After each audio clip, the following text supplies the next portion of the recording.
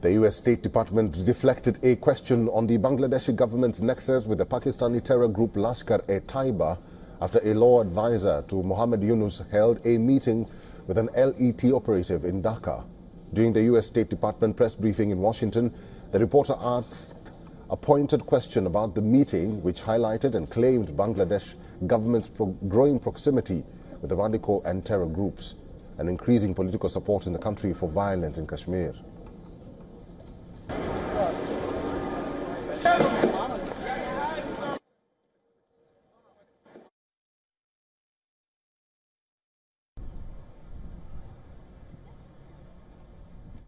How does you, as a State Department, view the interim Bangladeshi government role in the fostering radical ideologies and enabling terrorism following reports of the law advisor Dr. Asif Nazrul meeting with Lashkar-e-Taiba Operative Harun Izhar and growing support of violence in Kashmir by political and religious leaders? They met in the ministry in Bangladesh. So again, taking a step back, I'll reiterate what has been reiterated from this podium before. We value our partnership with the people of Bangladesh, spanning more than 50 years.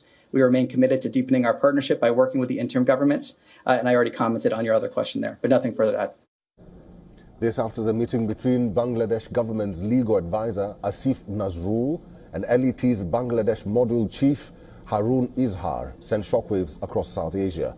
The meeting amid the Pahalgam terror attack carried out by Lashkar's proxy TRF has raised eyebrows. Bangladesh politician and the son of former Prime Minister Sheikh Hasina, Sajeeb Wazed, had shared the report on social media X that quoted the military intelligence sources in Dhaka, saying the meeting had taken place inside the Ministry of Law. Izhar has long been on the radar of counter-terror agencies as he faces over 25 charges related to terrorism in Bangladesh. He was arrested in 2009 in Chittagong for his involvement in a terror plot targeting the Indian High Commission and the US Embassy in Dhaka.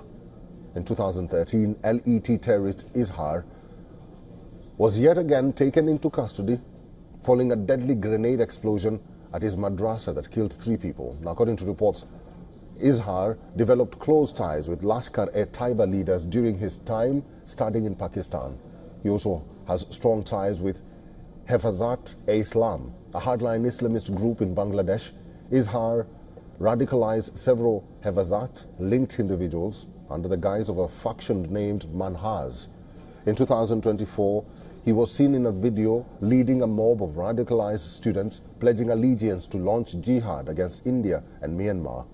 What is even more shocking is that Bangladesh's legal advisor, around his alleged meeting with LET terrorist Izhar, brazenly accused Prime Minister and top Indian leaders of being involved in the Pahalgam attack. Bangladesh is currently gripped by a political crisis as the interim government under Mohammed Yunus escalated its crackdown on former Prime Minister Sheikh Hasina's Awami League.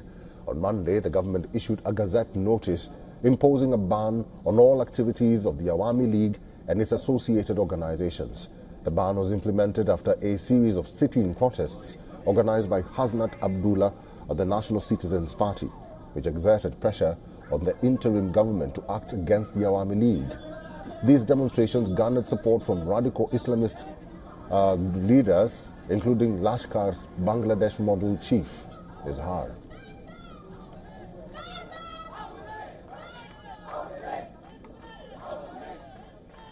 For all the latest news, download the WION app and subscribe to our YouTube channel.